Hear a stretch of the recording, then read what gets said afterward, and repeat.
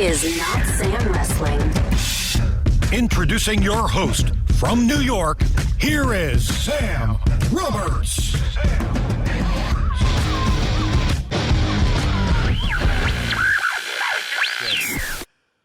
Welcome, the man. Becky Lynch is here. Becky, first of all, I can't even believe you're doing this phone call right now, and I've looked at what you're doing. As the world has turned upside down, do you feel like you have slowed down one iota? Actually, yes.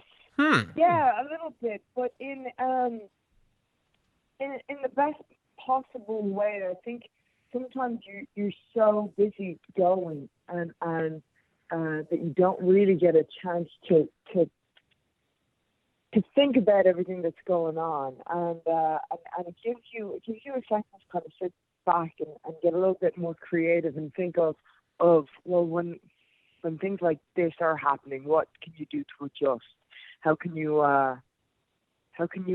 make the story go forward in a different way? How can you push the envelope in ways that people aren't doing? So I think that's what I've been contemplating, and I think when you don't have those obstacles, you don't think about them really. Yeah, that makes a lot of sense. Especially, I was thinking when you've got somebody that you had a triple threat with, but you really don't have a ton of experience with in the ring. You know, you've had a couple confrontations. Yeah. You had the triple threat in November, but beyond that, you really haven't had time together to figure out who you guys are in a match. Is that something that weighs on you where you're like, okay, I've got to figure out not only what this chemistry is, but now what stories can we tell when there's no audience in the building? Absolutely, and the thing about Shayna as well is she's such a technician, right? She's clearly skilled. She was a top-ranked cage fighter for 10 years straight, pioneer for women's MMA. She's held the NXT Women's Championship for, God, I don't know, but the combined longest reign. And she has this huge skill set, but we haven't really seen much of it on Raw. I haven't witnessed much of it firsthand because all we've had is, yes, that triple threat where we didn't touch a bunch and couldn't get her hands on me, and a little bit of a brawl. And then I smacked her in the back of the head with a chair. So apart from that, there's been no feeling out process. So this is going to be interesting when we meet in the ring in Wrestlemania. And as well, it's such an obstacle, I think, for me, the fact that there is no fans there, because I am somebody who thrives on that energy, who feeds off the energy. The people are what got me to where I am. If it wasn't for them, I don't know that I'd be doing what I'm doing. So that's going to be interesting. So that's something that I've had to sit back, reevaluate. How am I going to adjust? How am I going to use that to my advantage, as opposed to my disadvantage?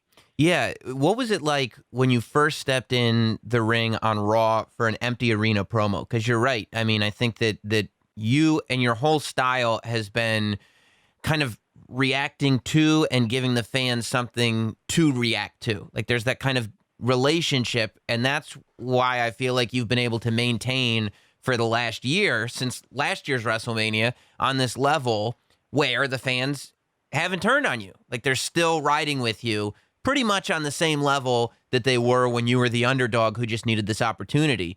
When you get in there and it's like, okay, I'm going to deliver this promo. This is what I do. This is what I'm good at.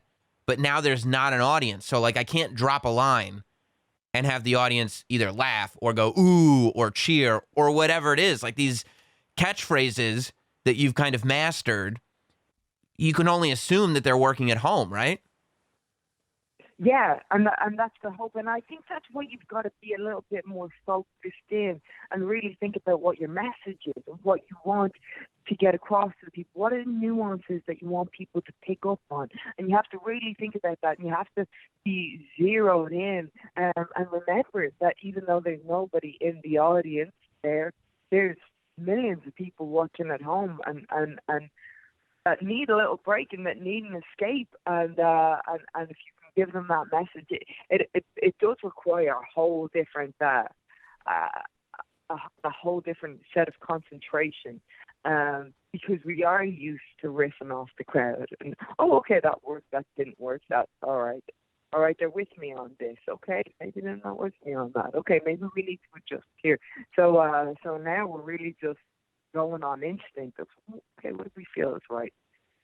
Yeah, and it's kind of, I feel like, where you figure out who the really great performers are, because there have been moments where you go, not only did that work, that might have worked better in an empty arena than it would have in a full arena, just because people are adapting and people are now working directly off their instincts. Did you kind of have in your head, okay, this is what this is going to feel like, this is how I need to change things up? Or was it when you got into the ring and you let that first sentence out and it was quiet behind you, is that where it clicks in and you go, oh, this is what this feels like, this is where we're going from here?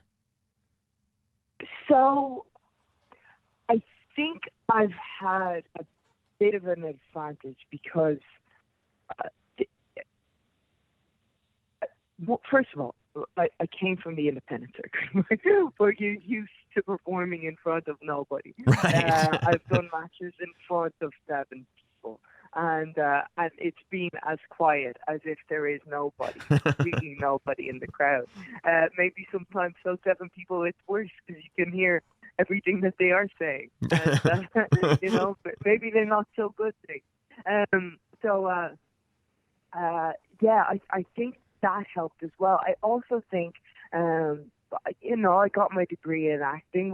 We would have to do those things where we get up and nobody makes any noise, and you have to perform and you have to say things. But it's also just, it's talking, and it's what I feel, and it's my mindset, being able to just go out there and vocalize it. But you just have to make sure you do it in an engaging way that doesn't start to become monotonous. Yeah. And that you have confidence that your point has been made, even though there's nobody there letting you know we get what you're saying, right?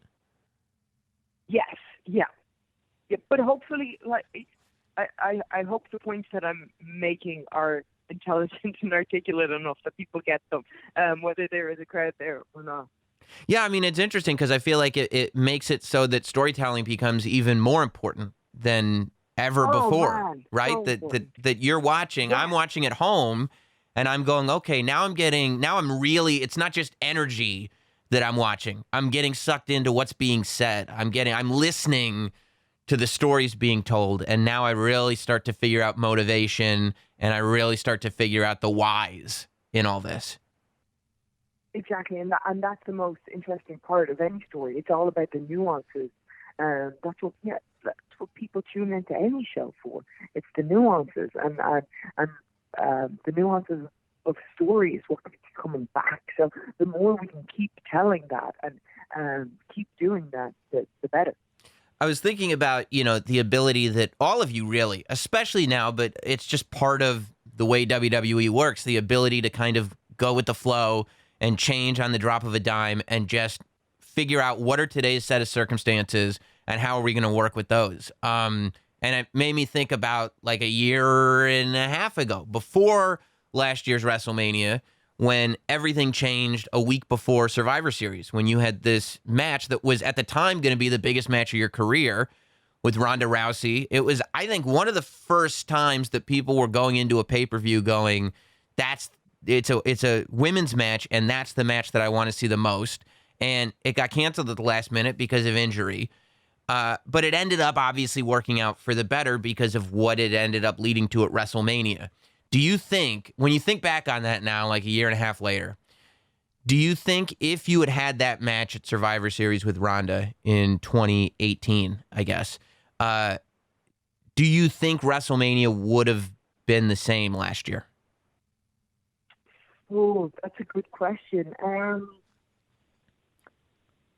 It's so hard to tell. I think I would have done everything that I could to get into that match, into the main event of WrestleMania. I think that was what I don't think that was what I wanted. That was what I visualized. I think I just would have found a way. if there's one thing I feel like I've been good at, it's finding a way to adapt to get into the positions that I wanted to. It's not always worked out, but for the majority of the time, when it came to bigger ones, it really has. And if I can see a path, I'll try and clear the leaves to get there. But it's so crazy, just the entire year and a half from SummerSlam to 2018 to WrestleMania to 2020.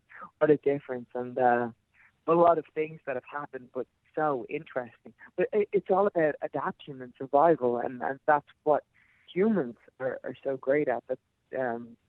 And so that's what you've got to do as a performer, as a wrestler. Yeah, is that something that played into your head after you won the title last year? That, okay, I'm not the underdog anymore. I'm not the people's choice that can just never get ahead. I've gotten literally everything that I've wanted. I got the main event to WrestleMania. I beat the biggest star in the company. I literally won both titles. Like, there is no more opportunity that I could sit there and say, I deserve it, I'm not getting. Now I'm getting it, and now I've got to live up to that level. And that's a moment where a lot of people, if they're not ready for it, or if they don't change and they don't adapt, as we're talking about, fans start to turn on them. That's when it's like, that's almost like that moment when your favorite band goes from this independent band to the band that everybody likes, and then you go, well, I don't like them anymore because now everybody likes them.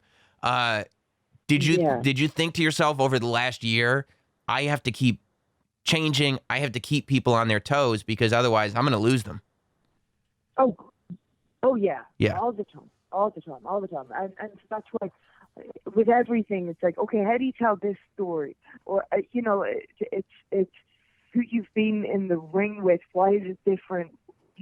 Like, for example, wrestling Sasha. I'd already wrestled her. Why is it different? Why is it different this time? How can I get people to care about this? Even though they've seen us face off. But why should they care about this more? The same with Asuka at Royal Rumble. That's the one who I could never beat. That is the one person with all of this that happened.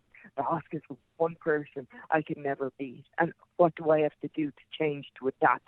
What have I learned in this journey? And how can I show the people that, okay, I've learned this, I've changed, I've adapted, I've moved on, I've grown. And of course, it's with all of their support, all their help.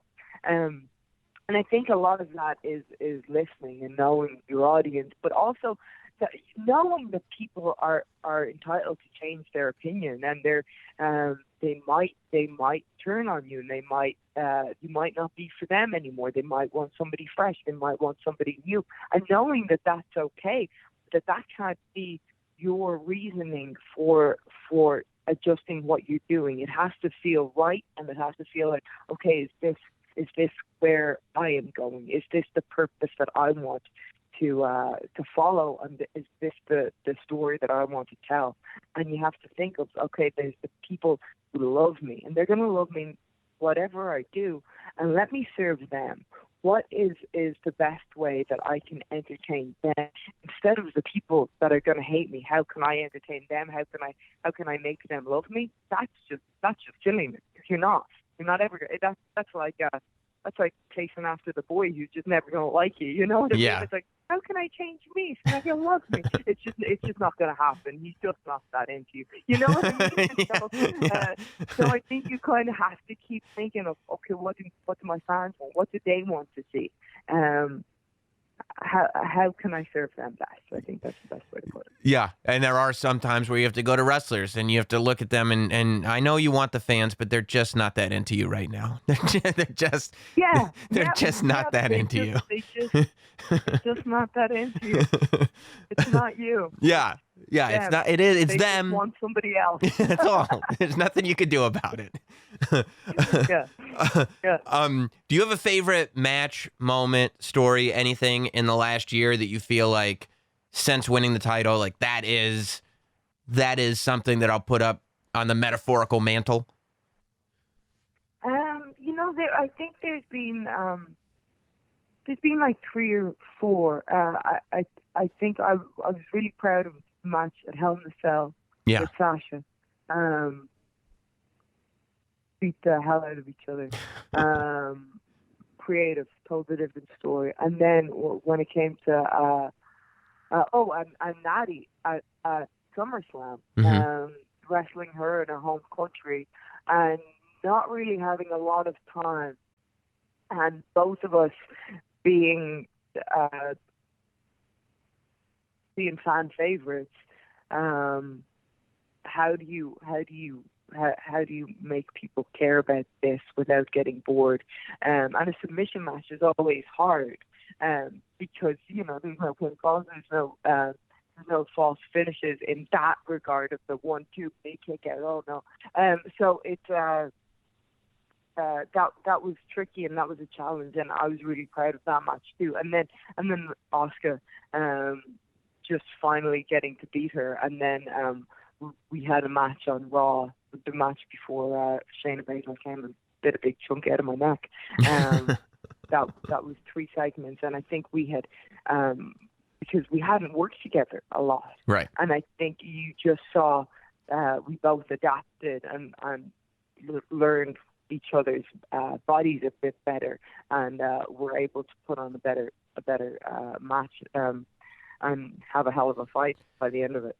When you go into this match with Shayna Baszler for WrestleMania, are you thinking to yourself, not only do we have to make this a great match, but how do we remind people that this is WrestleMania? Like, you know what I mean? We're so used to WrestleMania being in these stadiums full of people where everybody's around all weekend, and just the world looks different. It's not the greatest timing in the world for what's going on globally to be happening at the same time as WrestleMania, but the show goes on as best it can, and it almost becomes completely reliant on you, the performers, to remind us watching at home, this is WrestleMania. We need to give you that feeling that you're used to. Have you thought about how do I translate that feeling and that energy in this circumstance? I think the word that you just used there, energy, it's that energy that you feel, that intensity, and why it's so important to you. Why is this so important that you hold on to this championship, especially now, especially in a time where people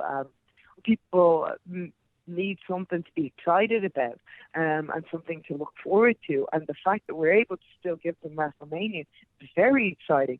And the fact that, okay, they can't be here, but they're watching at home because they can't be here. I think you have to keep that energy and that intensity of knowing that they're all tuning in, and you have to bring it more. Like, this is your time as a performer where you really have to give them what they need and what they deserve, especially in this crazy time. But I think you find that by realizing why this is so important. Why do you want to win this championship so bad? Why do I need to retain this championship so bad? And then going out and fighting with your whole heart. Yeah. I mean, I think that's it. Whose idea was it to put the Becky low-key graphic on a T-shirt with you and the crown and the sunglasses and the fur coat and the title? Whose idea was that to make that a T-shirt? Oh, that was so they sent me that right the next day after, and they had low-key Becky written on it, and I was like, get the low-key Becky written taken off it. That's just the image by itself is just it's so cool. Yeah, I haven't gotten one yet, but I like it. I like it a lot. Yeah, I think it's a good idea, and it's the second time. I mean, your mugshot was a T-shirt too. I feel like that's now the second photo from the TV show that they've just been like, okay, now this is a T-shirt. Oh yeah, it is actually. Yep, that's pretty good. What happened? Little face on me. Yeah, I guess that's what it is. It's that great little face. What happened to the Becky Lynch truck? Saw it a couple weeks ago. Looked awesome. Felt like, if somebody was like, hey, here's a Notsam truck that we want you to drive in, this week, I'd be like, this is great, but I'm going to need to keep this truck and drive it everywhere because, there's no better clout in the world. Did you make any effort whatsoever to keep the Becky Lynch truck? Oh, you'll see it again. Good. You'll see it again. Good. You will see it again. Yeah. I hope so. Freaking monster truck. That it is. but still necessary. It's a necessary monstrosity. Right, exactly. Every championship should have their face on a truck, right? Every championship. I think so. I think absolutely. Yeah. What happens to you when you slow down? Because I'm sure they say a lot of people have said the thing that you don't understand, once you become a champion in the WWE, a world champion, it's a totally different ball game. The schedules, not only the matches being on every show, the media, the level of matches, it's nonstop. And you've been doing that for a year. What happens to you when you start to slow down, when you travel less, when you end up in a situation like you said where you have begun to slow down and go back into your brain a little bit? Yeah, well, we have to, right? Yeah. But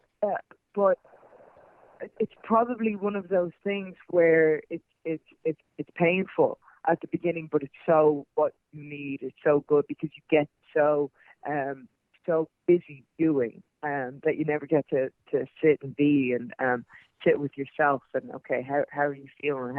How has the whole last year affected you? And so at first, because you're so used to being on the go, having no time. And I think sometimes you get exhausted and go, God, I'd love a minute. And then as soon as you get a minute, you're like, no, am I not working hard enough? Whatever, So it's constantly having to battle with those two sides. And I think the first week was a bit of an adjustment, not leaving on a Friday and not going to work, not going to do house shows, we're not going to do appearances. All of them getting cancelled, and then you go, okay, all right, well let me sit back, let me study some more wrestling, let me watch some old matches, and let me write about what I want for the future, and let me catch up with loved ones that I haven't talked to, let me FaceTime some people, and all those things that are also important.